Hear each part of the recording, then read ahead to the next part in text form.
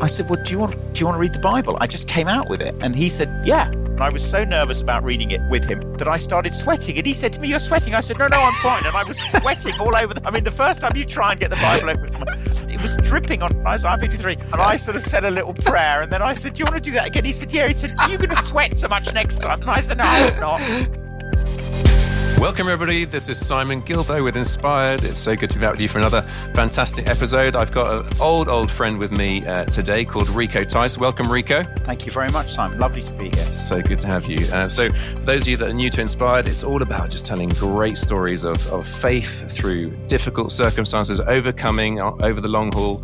Yeah, we're bombarded with so much bad news in general, and this is to counteract that. And it's obviously hitting the spot because we're getting so much sort of traction. And thank you, all of those of you that are passing it on, and loads of new subscriptions each week. So that's brilliant. Listen, let's crack on with it. So Rico and I go back, I was guesstimating about 33 years. We came across each other on Scripture Union camps. Rico, I think you're about 7 years older than me. You probably don't even remember this. I wrote to you in 1998.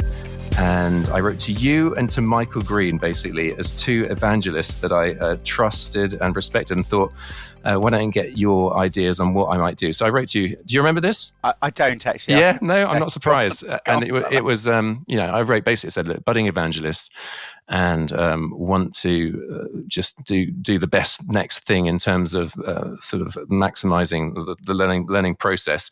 And both of you wrote back and said, I was really disappointed. Said, join the Church of England. You both said it's the best boat to fish from. And so because of my respect for both of you, I embarked on that process. And in the end, it just didn't work out, which clearly the God overruled. But then, I don't know if you remember this, I applied to be your assistant. Do you remember that? Probably not either. Yes, no, I remember that. Yeah. And I remember the interview. And I came out of it feeling really gutted because essentially I think I really wanted to work for you as someone I respected massively, but I didn't want to do the All Souls bit. But thankfully you said you could see through it, and you rang me up almost immediately and said, don't worry, bro, you haven't got the job, but you failed.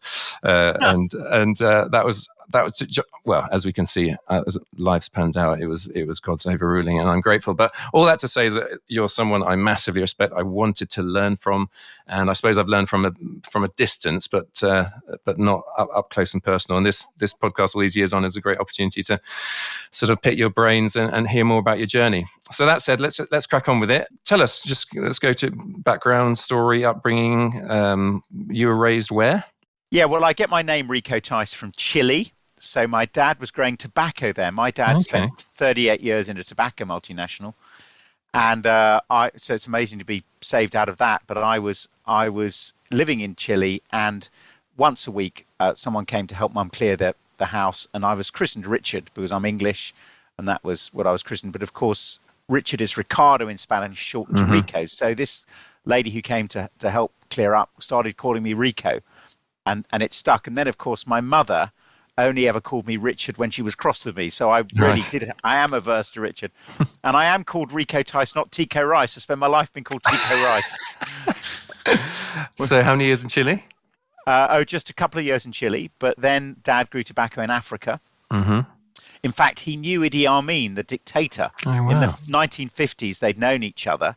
And so he actually used to go up and sort of did a bit of economic advising. And then he knew Amin was killing people. And you talk about speaking truth to power. I mean, my dad got converted in his 70s, but, then he went and saw Amin at the presidential palace and said, we're pulling out, the company's pulling out, there's things terribly wrong. People are dying. And he said, look, I've got to go to the plane now. And Amin said, actually, no, Trevor, wait, you haven't really explained yourself. Do stay. And Dad said, look, the plane's going. He said, no, it's not going. And he rang up and delayed the plane. And we waited 4 hours on the runway waiting for my father to come. So whenever I think about speaking truth to power, I think of my father loving Amin enough to go and say, this is a huge problem, what's happening? And then we came back to the UK. But that was to go up to the palace that day, say goodbye, look him in the eye and say, you've got a problem, was brave. Very brave, yeah. I mean, I've been in that position with our Burundian president, and Gosh. I sort of, people said I was brave, but I knew I wasn't as brave as I could have been, if you see what I mean. And so to do that with Armin, knowing what he did, my goodness.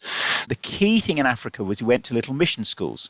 Okay. And then we were prayed for. I'm convinced, pray for children of non-Christians, Mm-hmm. So we were prayed for. And then we came back to this country and we were at school over here. And at my secondary school, when I was 15, I was 16, I was converted after my brother got converted. So we both got converted through a maths teacher. And my brother amazingly said to this maths teacher, he was getting confirmed, which was a very formal thing at the school. It wasn't really real in terms of genuine spirituality.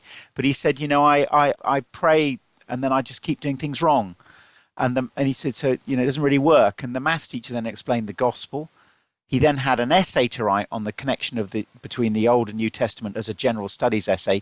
The maths teacher took him through Isaiah 53. He did a brilliant essay because this, he really got the teacher said, this is amazing how you know the Old and New Testament.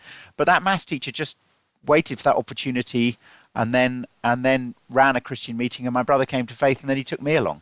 Wow. So, it was amazing how a teacher in a very pagan school held out the gospel. And then what makes me blub a bit is my brother was doing one of these classically Sloan gap years in New Zealand. But when he went there, every week as he travelled round, someone would knock on the door and say, is George Tice here? He said, yes. He said, we heard you're here. Come for a meal or come to a Bible study. So that maths teacher from New Zealand in 1982 had rung so that the little sheep that had gone to New Zealand for a gap year was being connected to with Christians. And only now, now with the internet, you can imagine it. But then how much would that have cost phone-wise? How did he get in touch and then get people know and George would, they'd knock on the door and George would be in this hostel. He'd say, yeah, I'll come for a Bible study. But it's just amazing, that personal work. Yeah. So keep going after, I think Luke 15, my brother, let's go after lost sheep, and it's exhausting, but it's wonderful too. But the Lord, the shepherd pursues the lost sheep, and there was that lost sheep in the middle of New Zealand, followed up by this dear man, Christopher Ash, who was this maths teacher at the school. Right. Yeah. And so did you just piggyback off your brother's faith? How real did it come for you? No, a couple of things for me, Simon. Simon, brother, I've always had a colossal ego. I've always had this ego problem. And I'd kept a diary in 1981 because I thought I was such a great guy. I owed it to the world to record my life. That really was the reason. It really was. People need to know about me. And I, classically 15. But as I kept this diary, I was cornered by my conscience. So, I'd write in the diary, wouldn't it be wonderful if the starving were fed, but ask my parents for a larger allowance and eat it? Or, I'd write, wouldn't it be great if there was world peace, but never lay aside the weapons of malice and sarcasm in my own self-defense? And I began to see this gap between the real and the ideal. And then again, that maths teacher said, look, Jesus died so you could be forgiven. And I remember thinking, well, that's the most important thing. And then my godfather suddenly was killed in a cliff fall in 1982. And it's just been like COVID 40 years later. COVID, the shadow of death has emerged. And in the Bible, you sort of wake up to your mortality. And I woke up to the fact that I would die and that we were mortal. And then again, when the resurrection was explained, that Jesus got through death to get me through, I remember thinking, well, that's the most important thing in the world. If Jesus has risen from the dead, I must connect up with him because he'll get me through death. And, so I think those were, alongside my brother and his influence and this dear man, Christopher Ash, those moments of needing Good Friday for my diary and Easter Day because of my godfather's death, they were massive. Right. And you were, I'm presuming you were captain of rugby, were you? Because that's been a massive part of your journey, and sport was key. Yeah, I think in terms of identity, that the sport was key. Although interestingly, I was captain of the hockey team in my last year, and then probably should have been dropped because I was playing so badly. So it was quite an interesting experience to begin to think, where's your identity? Right. Is it in your sporting performance? But the amazing thing about the grace of God was you don't live for approval, but from it. And so even then, as I was failing at some sports, sometimes it was like, okay, who am I? So I think those things were big. And did being good at sport mitigate the sort of bullying or the flack you'd get for being a follower of Jesus? Yes, I mean, I think it helped, but I think what it meant was because I played prop forward in rugby, which was a fairly butch position, and I played representative rugby. I was sort of played. I was in the South of England squad and things. I think people then think you're free game for a free hit. So after I got converted at 16, when I was 18 in my last year, Billy Graham came to Ashton Gate in Bristol, and we decided there were about 7 of us that were Christian. We decided we'd invite all the boys in the school. So we went round and we took 200 blokes to hear Billy Graham. Wow. We did a personal invite to everyone, and I remember we had no money to do it, and I rang up a Christian in Yeovil, and I said, "Will you pay for us to take these coaches?" And I'd love to. I can't wait to meet him in glory, because he just said yes. So I don't know how much money. It was 5 coaches from Sherburn all the way to Bristol and back. He just said, "Okay, I'll pay for them." I mean, and I just expected him to. I mean, we were schoolboys. We didn't have any money. So what a wonderful chap.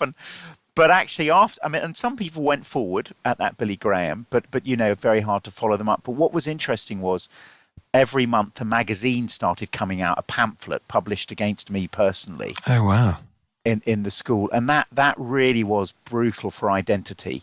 So it was called Lordy Lordy, and it was, it said things like this: Christianity, you'll find, Rico, is just a phase you're going through. Don't let other people get caught up in your whirlpool of religious fantasy. Praise the Lord, hallelujah. Just F off. And so every month I'd know this would come up. So I'd walk into the dining room knowing everyone had read it. Wow. And I suppose the good thing I learned there, brother, was that you are going to be rejected if you're Christian. If you're speaking the gospel, it doesn't matter how charming you try and be. Jesus promised us in John 16, he said, They hated me, they'll hate you, without reason. And I mean, I think in my tone I got things wrong, but nevertheless, that deep hatred of the Lord Jesus, to some the aroma of life, to other the fragrance of death. And so I wrote a book later called Honest Evangelism, saying we're not really being honest with people about the fact we will get rejected. So I've got to find my identity in the grace of God. So whether you reject or accept me doesn't make me valuable. What makes me valuable is Christ died for me. Because if I hold the gospel out, some are going to love it and come to faith, but others are going to hate it. And I don't know what your thoughts are on that, but that's, we've got to get that into our systems, haven't we? Yeah, and it's not a message the church wants to hear right now at all, does it? No, that's right. I think that so as an evangelist, most of my conflict is not with non-Christians, it's with Christians in the church. So Ephesians 4, 10, 11, my job is to prepare God's people for works of service. So the first thing I do when I do evangelism training is I say, what stops us doing evangelism? And then some dear person will put their hand up and say, I sort of do a Q&A at the beginning. They'll say, well, fear, we're going to get rejected. And then I say, and they're rather shocked when I say it, I said, you will get rejected. Jesus said, Matthew 10:17, I send you out as sheep among wolves. So we're going to get torn. I've not seen what a wolf can do to a sheep. I've seen what a dog can do. We're going to get torn. So is our identity in the grace of God? But I think I get cross with evangelists who don't tell people, yes, it's going to be difficult, but it's wonderful too. There's joy in finding the lost. So it's those two things you're trying to say. Yeah. Back to university days, so after school, did you go straight to university or did you have a year out? Or? No, I went to the inner city of Liverpool, which was an amazing formative. I mean, a gap year, if you get it wrong, is a disaster. So I've seen so many kids from Christian homes who in gap years have gone off and it's been disastrous. I think one who went to learn French in a campsite in France and never recovered. Can you imagine? Turned up at this campsite, said, I'm here to learn French, and he was a sort of muscular English rugby boy. It wasn't great, but others, a good gap year. I went to the inner city of Liverpool, and I think the word is, Simon, it was just very humbling. I was humbled by the self-sacrifice of the Christians that lived there. There was a guy called Julian Charlie who'd come from a very prosperous background, got converted at a posh boarding school called Clifton College, head boy there, and then got ordained and went to the inner city of Liverpool. Henry Corbett, another guy who went to Harrow and, again went to the inner city of Liverpool, was there for 40 years as a minister. So that was humbling. And then also, brother, this is the thing, the gospel can change anybody. Yeah. So I saw I mean, Andy Cunningham had spent 14 years in jail, was a wonderful member of the church family. I mean, a really dear member of the church family. He had been absolutely converted out of his socks. So the power of the gospel to change any life. And also then Christians as well living self-sacrificing lives. So loving God and loving people and just making such a difference. Barbie, who cooked for us in the hostel I was in. I did sport with all the club kids, but Barbie cooked for us. She was the cook. And again, just a fountain of love coming out of her for people. And just known in the area as just a really loving woman. So those lessons were lifelong, really, about the preciousness of the gospel and how it changes any community. So you went then to Bristol University, and you're already pretty clear what you're going to end up doing, or not yet? Well, interestingly, Simon, the chaplain at my school was, I mean, a dear man, but he was a dear man, but just not telling people about the judgment of God. You know, so the sort of theme was, if I think of my school religion, we're all good chaps, we're all in it together. And the gospel is, we're not all good chaps, we're not in it together. You come to Christ or you don't. The gospel separates. So I think there are three reasons for ministry: love for people and the gospel, love for truth, but the third is anger at false teaching. And honestly, the anger at false teaching has never, from that time at that school where I saw the chaplain not telling my friends the gospel. So my friends really do think that if you're a good chap and you do your duty, you'll go to heaven. And so whenever I'm with them, they talk to me about what charitable giving they're doing, because that's why they're going to heaven, because they give away money, which is nice of them to do. But just the utter misinformation about what the gospel is. So that, in a way, propelled me, because I remember within 6 months of getting converted at school thinking I could do better than this chaplain because I actually believe it. Yeah. Now, he had a difficult job because he was trying to do institutional religion. Very difficult. I sympathise, but nevertheless, it left a scar. So Bristol University, straight stuck into the CU church? Yeah, got to Bristol because I'd been in Liverpool. By that time, my identity was pretty formed. I mean, the other thing about Liverpool was being a Christian at school was miserable, that magazine I've just read you, but being a Christian in Liverpool in that community was glorious fun. I mean, they were glorious. So, Simon, I remember coming out one evening from the youth club and thinking, this is what happiness feels like. Gosh, this is what it means to be happy. You know, just the club kids were so witty, and they've just, it was just good fun. And so I got to Bristol and I was much more assured. And I suppose Bristol was about beginning to see the gospel transform a life. So, but also the messes on personal evangelism. But I remember at beginning of my second year, there's a guy called Andy Roberts who'd been in the next door room, and we both were in the rugby club, and we were at training, and I just said to him at training, I said, how was the summer? He said, terrible. I said, why? He said, well, my brother was killed in a farming accident. I said, oh, he said, yeah, he stood under this machine and it fell on him, and we went and got his clothes from the hospital. I said, Andy. And he said to me, he said, my brother was a Christian. I said, he was a Christian. I said, oh, mate. And he said, well, it's made me think about things. So we're literally in a rugby drill waiting to hit the tackle bags. And I went, oh. I said, well, do you want to read the Bible? I just came out with it. And he said, yeah. So I didn't know what to read, but someone had told me Isaiah 53 was good. The teacher at school had been through that with my brother. So I thought, well, I'll do Isaiah 53. So I turned up with a Bible, and he'd got a Bible from somewhere, and I read it through, and I was so nervous about reading it with him. And then you try and get one or two questions you ask to get him to look at it, that I started sweating. And he said to me, you're sweating. I said, no, I'm fine. And I was sweating all over the first time you try and get the Bible open with someone. And he said, you're sweating. I said, no, I'm fine. And it was dripping on Isaiah 53. Then I said, no, Andy, I've got some questions for you. And I gave him these questions from it. And he literally, classic ruggerhead, he went, yeah, no, yeah. So we finished in 3 minutes. And I sort of said a little prayer, and then I said, do you want to do that again? He said, yeah. He said, are you going to sweat so much next time? Are you going to sweat? And I said, no, I hope not.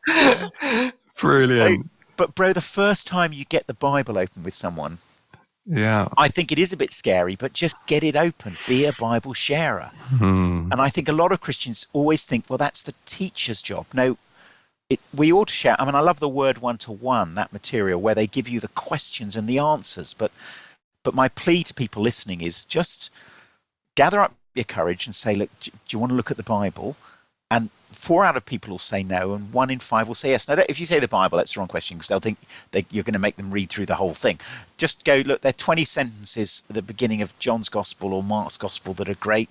Do you want to have a look? And you never know what someone will say. And so I think that's a very precious thing if someone can become a one-to-one Bible reader. And that's what I learned at Bristol. I started opening the Bible with people. Mm-hmm.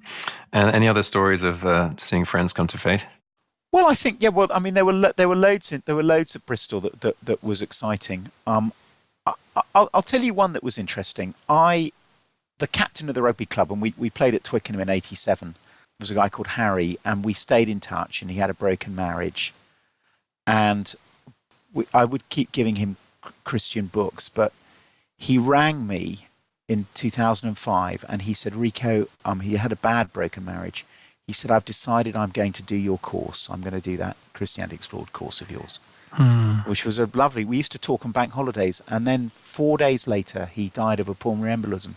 Oh. He had an operation, and there'd been a blood clot to his heart. So what I'd say that to people is stay in touch with people. I mean, the other stories I can tell, but stay in touch, stay their friends. And I've always felt optimistic about Harry. Mm-hmm. Because he said, look, Rico, I want to do your course. I want to look. And as he was dying of that embolism, he died in a taxi because the clot went to his heart. I've often thought, I'm sure he cried out to Jesus. And, I feel, anyway, I hold on to that comment. He said, Rico, I want to do that course now. But it was a long time, Simon. So evangelism isn't necessarily immediate. You stay friends, but the seed does its work. And then at these key moments, I was so touched the Lord gave me that call with him. Yeah. It was about that time, I think, that we met, and you went to Wycliffe Hall. Was that just for 1 year? No, 3 years. 3 years at Wycliffe Hall. Yeah. Any key moments there? Well, I think what I learned was, and for these are people, particularly if you're in Christian ministry, is a lot of the guys I was at college with who were lovely didn't do anything regularly with non-Christians. And I think the key. I think there are 4 keys to Christian ministry. One is have a daily quiet time. Secondly, have a day off. If you don't break God's laws, they break you. Mm-hmm. Thirdly, be able to do one-to-one with someone, so get the Bible open with them. But number 4, do something regularly with non-Christians. So I have a weekly chess club, 8 a.m. every Thursday morning, chess club at my son's school with a guy called James who started coming along a little bit to church with me from a nominal Catholic background. And we've done that for 4 years together. But I just do something regularly with non-Christians and then let the sovereign Lord decide. And I think at Wycliffe, it was amazing. There were lots of people there who were like, no, I'm here to study. I'm not doing evangelism. Well, if you don't do it when you're at university, when you're at college, you're never going to make time when you're a vicar. And I think loads of clergy don't model it. And if you don't model evangelism, then it's not going to, your church family aren't going to do it. So that being a model of just reaching out to the lost by regularly doing something on their terms. So Roger Carswell, who's an evangelist in the north of England, he said the best mission he ever did was one in the New Forest. He said, when I turned up, and he said in order to join this little church in the New Forest, you had to join a local activity at the same time. So he said, I gave a talk to the basket weavers, I did the croquet. He said, because the church family, in part of their membership, was enjoying, the pottery. He said you had to, and that's great fun. Have a doctrine of creation, enjoy it. But what are you regularly doing with non-Christians, particularly if you're in Christian work? Because we have to model it or our church family won't think it's important. Yeah. Funny enough, I did an interview with him yesterday. With Roger, brilliant. Yeah. For his YouTube thing. Yeah. Any more Wycliffe Hall days stories? Well, I think as I look back, I remember walking down the road on a Friday afternoon, and I would walk from Wycliffe down to Keble College, and I would read Romans, because we were studying Romans at the college with 3 different rugby players, one at 3:15, one at 4, one at 5. One of them now is I'm godfather to his son. And it's just, Simon, that as you get the Bible open the word will do its work. So have that confidence. I opened it up. I didn't know much. This guy Aldo, watching him come to faith, and he's he's a wonderful Christian man now. I just think it's that confidence. Just gently get the Bible open with people, those that are hungry, and look at it one to one, and it'll do its work. And I think just God's word will do that. But our job is to have the courage to open it and say, do you want to have a look? Yeah. Hey folks, I hope you're enjoying the podcast. I'm loving the response we're getting from across the world. It's just wonderful to see how encouraging and inspiring it is being and hitting the spot. Listen, if you are being blessed by it, I'd love it. Basically, this happens under the auspices of our ministry, Great Lakes Outreach, which works in the poorest and the hungriest country in the world, which is Burundi. We're having an incredible impact in the toughest of circumstances. We want to carry on supporting those local folks doing a great job. So if you wanted to, greatlakesoutreach.org/inspired. You could make a donation there. I'd so appreciate it. Also, it's word of mouth, isn't it? So gossip these podcasts to other people, get them to subscribe, give us a great review. Absolutely wonderful. So grateful to you. So that's greatlakesoutreach.org/inspired. If you want to do a monthly, a couple of quid a month, or a one-off donation, we'd be incredibly grateful. All right, now let's get back to the podcast. Did you get headhunted for the All Souls post? I mean, All Souls, for those who don't know, it's a big London church with the legendary John Stott was there for decades. Did they seek you out, or did you just apply? Well, what's been interesting, and Simon, you'll resonate with this, is that the Church of England has always recruited philosopher pastors and expected the congregation to be in front of them. And of course, now we're in a place where it's evangelize or die. But at that stage, coming out of Wycliffe Hall, there were very few instinctive evangelists. The best evangelist the Church of England ever had, Simon, was John Wesley, and we threw him out. That was our best man, and we chucked him out. So I think wonderfully, what All Souls did is they loved me, and they had me on staff as their evangelist. So there was accommodation for me, and I was then given a laboratory, which was my church, and Alpha had been a wonderful tool, and I'd seen the way it had done a helicopter ride round the Christian faith. I wanted to do a walk through Mark's Gospel, and there was some material called Christianity Explained that had come over from Sydney, but it hadn't been taught by your leaders in a church. So I didn't just want to have a one-to-one tool that I could teach to wedding couples. I wanted my leaders, my church family, to help me do evangelism and train them that way. So I started using that Christianity Explained material, but developed it into Christianity Explored, looking at Mark's Gospel. And then each week, as non-Christians came on the course, it trained your leaders to teach Mark's Gospel and to do evangelism. So one, we were evangelizing the lost, but secondly, we were training our leaders, and giving them individuals to work with and love and follow up. And so those were amazing days. And then I got to the point where I thought, well, I've got something here to push out. And so we then started pushing out the Christianity Explored material, which is now in 136 countries. So the reason for that is that Mark's Gospel is very simple. And we developed a little overview of Mark called Identity, Mission, Call, which meant that every verse in Mark's Gospel is either about who is Jesus or why he came or what it means to follow him. And then people think, well, I can do that. So they can then let the gospel tell the gospel. So what I wanted people to do eventually was throw away all my training material, have Mark's Gospel, and go, okay, we can look at any passage. Now, in every passage, someone's blind. Someone can't see who Jesus is. Someone can't see why he came to die on a cross. They can't see what it means to follow him. And the question is, can you see? And that drama of going through Mark's Gospel has really been picked up, because people trust Mark's Gospel immediately, but you give them the code to teach it very simply. And so that's been an incredible privilege to watch pastors and evangelists pick it up and then own it, translate it into their language, take it out. So Prison Fellowship have taken our material, and there are so far 500,000 prisoners of the 10 million people in prison worldwide who've gone through the Christianity Explored material. Now it's called The Prisoner's Journey. We've given them the material. People don't know it's us, but it's all our material. We do the training.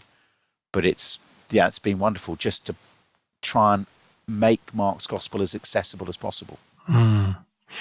I mean, I just love stories of people coming to faith. Do you get letters in of lovely testimonies? Go on, share a few. I mean, loads of them. I mean, I think of one girl called Harriet who we bubbled with during lockdown, but she went and watched the same show at the theatre, and one of the people acting in it came to All Souls.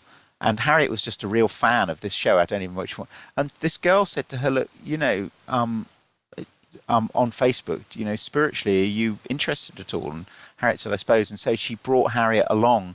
This was someone who's an actress who brought one of the fans along. And then Harriet came on Christianity Explored, wonderfully had her eyes open, and is now an absolutely radiant Christian. So she looked after my daughter when my daughter was little in creche at church, and my daughter's now 6, and they're just best friends. So just seeing Harriet's life just turned round, I mean, it's just a wonderful thing as you regard that. But again, it's the power of the gospel. I often say 2 Corinthians 4 verse 5, we preach Christ, we present Jesus, and God opens blind eyes. And Harriet's heart has just been transformed so that she is in love with Jesus. So I think it's amazing when you see that all the way back to my Oxford days when that guy Al got converted doing Romans, or Harriet now. And when they're then really living for Jesus and they're solid, you do think, oh my goodness, Lord, that tiny mustard seed grows into a great tree. My job is just to get the mustard seed in place. I've just got to say, here's the seed, and then watch people grow. And there'll be disappointment, my brother, won't there? There'll be, we know in the parable of the sower, there's lots of disappointment. There are people that, even pastors, break your heart. But my goodness me, there are lots of people who are great trees. I mean, I will get a trickle of emails or comments, and when you're going through discouragements, do you ever just reread some of those stories of lives change and think, okay, this is tough. There are sucker punches in the mix, but this is worth hanging on in for. Yeah, absolutely. And we've got to be prepared to do for the two things that keep happening. So we're in a culture that's instant, and yet the parable of the sower says there's delay. The farmer goes out, he sows, so we have to wait as the word does its work. And secondly, there's disappointment, and we're in a culture of success that won't tolerate disappointment. But the parable of the sower says some seed's on the hard path, some seed, gets tangled up in weeds, some comes up and then gets shriveled. So I've got to remember there's disappointment and delay alongside dramatic results. Yeah. So keep your heart encouraged. Remember what God's done in you, and just keep going, brother and sister. But there are terrible disappointments, and there's delay, and yet there are dramatic results too. Yeah. Now, I don't want to talk too long on this, but I think it's something that we've shared, and that is that the camp background that we went to, and then the sort of heavy sort of abuse stuff that's come out of it, and it's just a real discouragement, isn't it? What does that teach you? What does that teach us? What we need to learn through this humbling? Well, brother, in 2002, I had a broken engagement, and I was 36, and when I was 21. A psychiatrist at the church I was working at in Bristol, after I'd left Bristol University, on the door one day, a guy called Monty Barker, he said, you'll need to see me in your late 30s. You'll be fine till then. And the day after my breaking engagement, I woke up and the Lord really just said to me, you've got to go and see Monty. So I went and saw him, and he had laid down the groundwork. And then I spent 8 years with him, seeing him every 6 months, I guess. But what that did is that it made me look at my shadows. It made me look at the subconscious stuff. Mm-hmm. And I am absolutely convinced, particularly for those in ministry, that if you don't look at the tough stuff in you, so for example, if you go to boarding school at 8 years old, as I did, probably you did, you get taught you're not good enough, prove yourself, it's a dangerous world. And you're taken away from your parents, and it's an environment of conditional love. If you achieve, we'll love you. If you don't, we won't. Mm-hmm. And you can't run or hide, so you've got to shut down emotionally in terms of the bullying. Now, I had to work that through. And if I hadn't, So, for example, I know the internal narrative I've got of "you're not good enough, previous officer, dangerous world." I've done the work, and that stops me, I pray, feeding on the sheep. But I think what we've seen in these Christian leaders, whether it's Ravi Zacharias or those in this country, what we've seen is that if you haven't done the work in terms of being aware of the nature of Genesis 3, of the curse in your own life, then you are going to these toxicities will find their way into your ministry. And so I think particularly when you're young and you've got character issues, getting them looked at and having the accountability. And I'm going to go and see Monty's died, but I go and see another person today, and I'll go and see him at 1:30 this afternoon, and I will go through the list of stuff that's worrying me, of stuff that has caused me to feel angry, and what's going on in me. So we'll really just look at the dark shadows a bit today, and the devil will hate that, because it will be me being accountable, but also me getting the Bible and the gospel into the sort of subconscious stuff. I don't know if that makes sense, but I do think that's the lesson of, one of the lessons is that these leaders, when you've looked at them, have not done the work on their shadows, on their own stories. Yeah. And I mean, pride comes before a fall, doesn't it? And I think, would it be fair to say in our sort of movement, there was a lot of pride that we had the truth and that sort of stuff? Well, I think we were the officer class, and we were raised to be the officer class, which was you were born to rule. Gosh, I can't bear saying it, Simon. Everybody, dear listener, I say that, I'm so ashamed. That's what we thought, because we're just servants. But I think there was that feeling, and I think that's a very dangerous feeling, because you think you have an entitlement to, and a confidence that isn't in the gospel. And it's. I mean, when I first met John Stott, I went round for tea, and he said, "Have you read Ramsey's book on the Christian priest today?" Terrible title, because we're all priests. And I said, "Yes." And he said, "Do you remember chapter 8? I said, "No." He said, "Let me read it to you." And it was on divine humility. And I always remember the 5 marks of humility. Confession and thanksgiving are soil in which pride doesn't easily grow. Rejoice in your humiliations; they're good for you.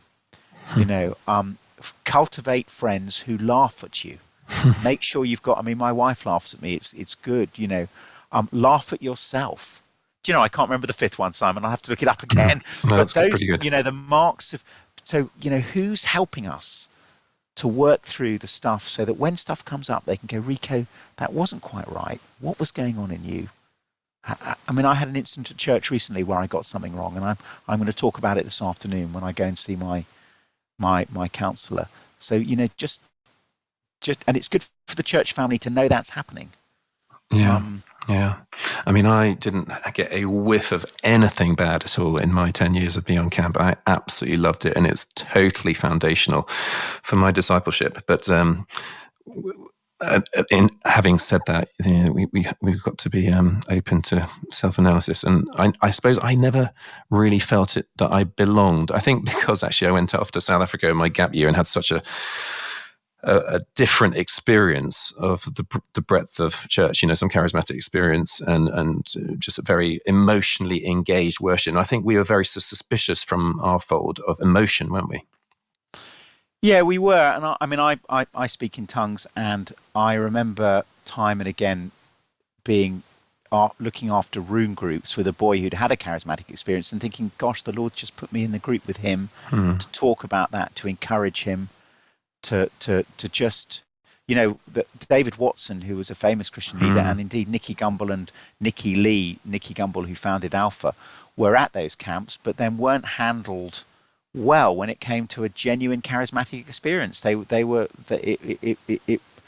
wasn't that openness to the Spirit's work, and they then felt very rejected. And I think that's a great sadness. But again, when you look at, when I've talked to Nicky Gumbel about this, but we know that the leaders that he was involved with have since fallen. So the poor chap was dealing with someone who who had massive issues of control and anger, and the charismatic issue, sadly, was one of the levers for that. You know, so if you haven't done the work on your character, it doesn't matter what denomination or background you're on, you're going to be a problem. And recently, I was on a conference call for people who are involved in evangelism across the country, and someone from deep from Vineyard, he just said to me, the Holy Spirit's cleaning house, Rico. So whatever background you're from, fear the Lord, confess your sin, repent.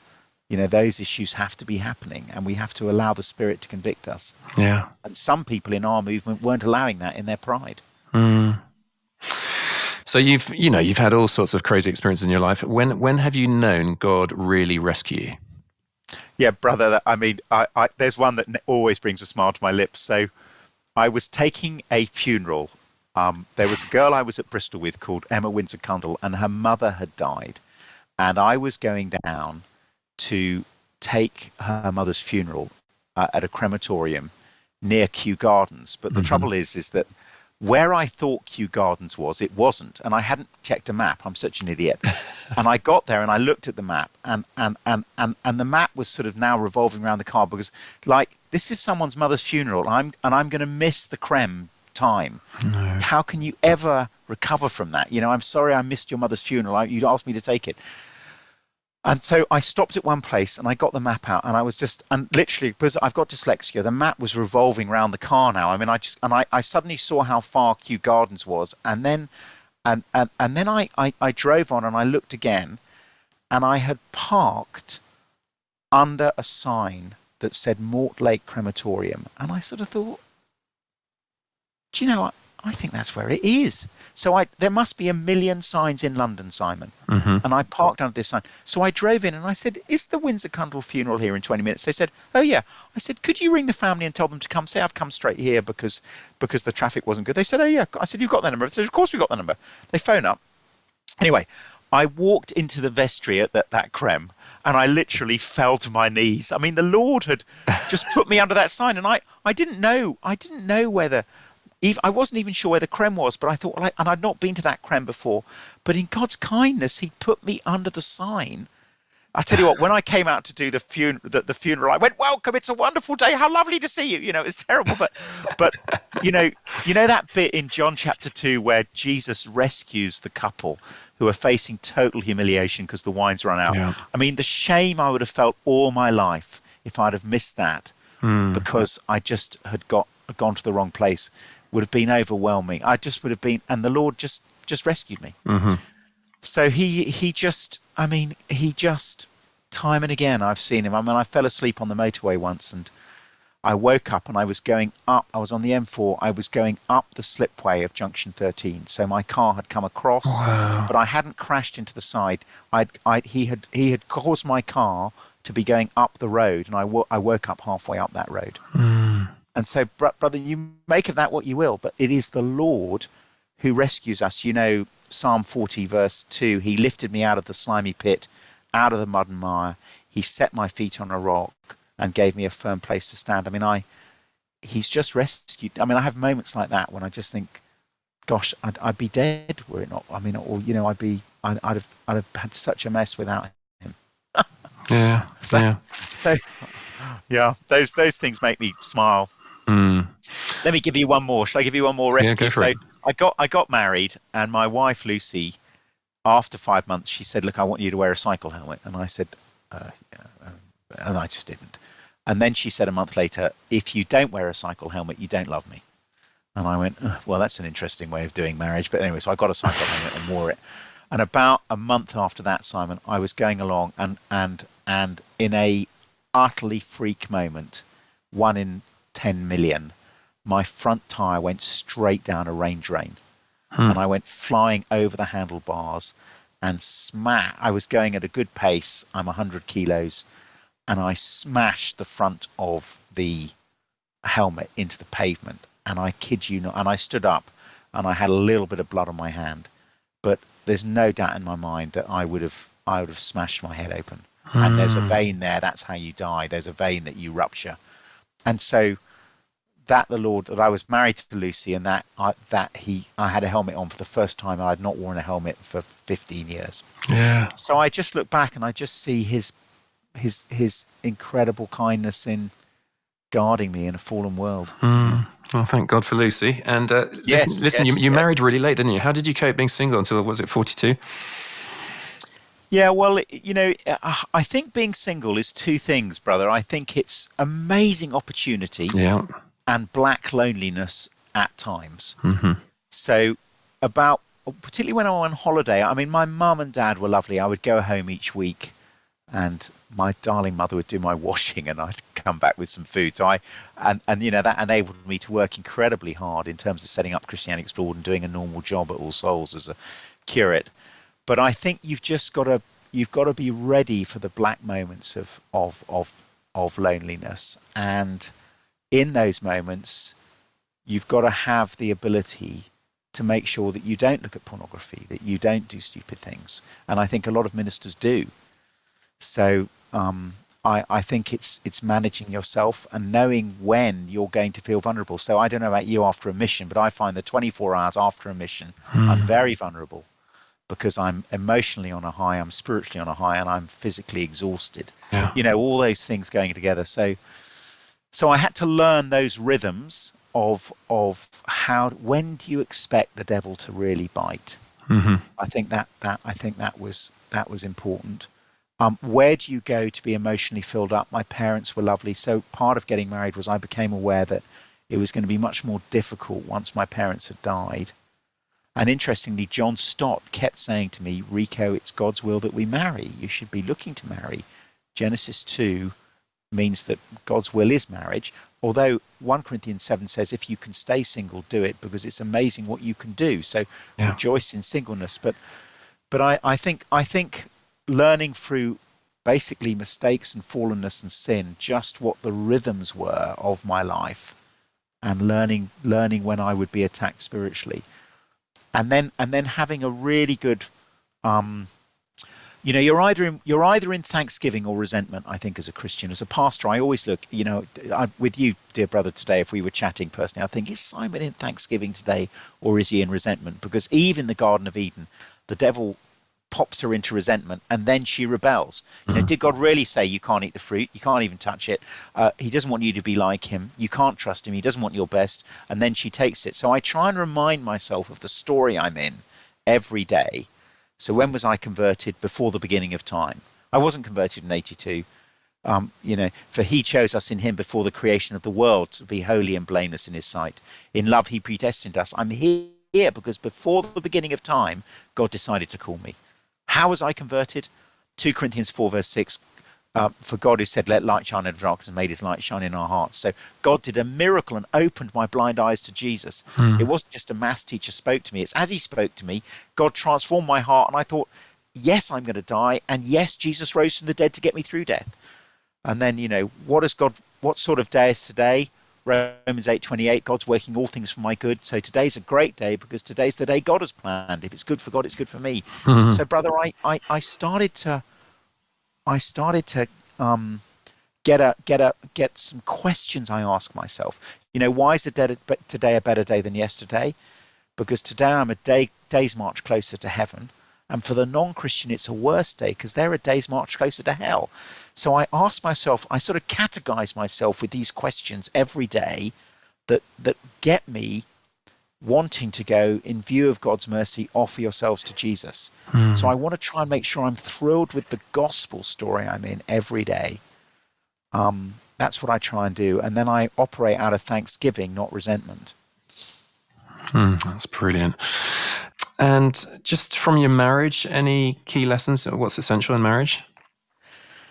Well, whenever I take a marriage, I do think right at the heart of it is forgiveness. So I think that verse in Colossians 3:13, bear with each other, forgive whatever grievances you have. That's a big word, a grievance. Forgive as the Lord forgave you. So the two phrases that are key to married life are, I'm sorry I was wrong. Not sorry, but I'm sorry I was wrong. And secondly, that's okay, I forgive you. And that rhythm of I'm sorry I was wrong, that's okay, I forgive you, I think is critical. And if you don't have it, what happens is You get into bed with someone and the great wall of China is between you because sin separates us. So the cross is at the center of the universe. I find even atheists whose marriage I've taken said, do you know, the difference it made when we started saying sorry and started saying forgiveness. So I try and use that as I say, yeah, well, it comes out of the cross. Where does it come for you? What's your mechanism of reconciliation? But what I'd say to any married couple here is just say sorry and just forgive. And that's the foundation. Yeah. Oh, Rico, well, I think time's kind of run out. That was brilliant. Any parting words, anything you want to plug, anything you feel that we haven't covered that we should have? Go for it. Well, I think that for myself, those 4 things about keeping going spiritually are huge. Do you have a daily quiet time when you're just with the Lord and thrilled with him? Do you have a day off? So often Christians don't. And if we don't, we're going to crash in the end. We get bitter. Are you regularly with non-Christians? Doing something fun, go bowling with them. But what are you doing every week to really enjoy non-Christians? And then the Lord will open doors as you're with them and pray for them. And then lastly, can you get the Bible open with someone? Maybe using the Word 1-to-1 or the Christian Explored material. Have you, in Mark's Gospel, but have you got a way of then saying, should we have a look together? And again, it's terrifying at the start, but have that. And I think those things are foundational to functioning as a follower of Jesus. Amen. Well, listen, folks. Well, thank you. First of all, Rico, it's been great to be with you. Thanks a lot, bro. Pleasure. And everybody, I hope you've been inspired, challenged, stirred, taught. There's been so much meat in there, hasn't there? And I'm grateful to Rico for someone I've looked up to for the last few decades as I've sort of sought to be all in for Jesus as well. And may we just keep going strong all the way. We want to get to the end of our lives, that'll be said of us, like as Paul passed the baton on to Timothy, didn't he? And was it 2 Timothy 4:7-8? I fought the good fight, I've run the race, I've kept the faith. So may we all do it all the way in whatever walk God has called us to, whether it's full-time, which is sort of misnomer anyway, isn't it? We're all in full-time ministry. We're all in for Jesus. That's the aim. So guys, if you enjoyed it, please give us a great review on Spotify, iTunes. It just means more people get to see it, hear about it, and spread the word. If you want to be in touch with me, you can do that through simongilbert.com or any other social media platforms. I want to thank Adam Thomas Steer for the editing and Mike Sandeman for the mixing. And next week, we're back with another fantastic guest. So join me again. It's been a real treat. Thanks again, Rico. God bless you, bro. Thanks so much, Simon. God bless. All right. Toodaloo, everyone. Bye.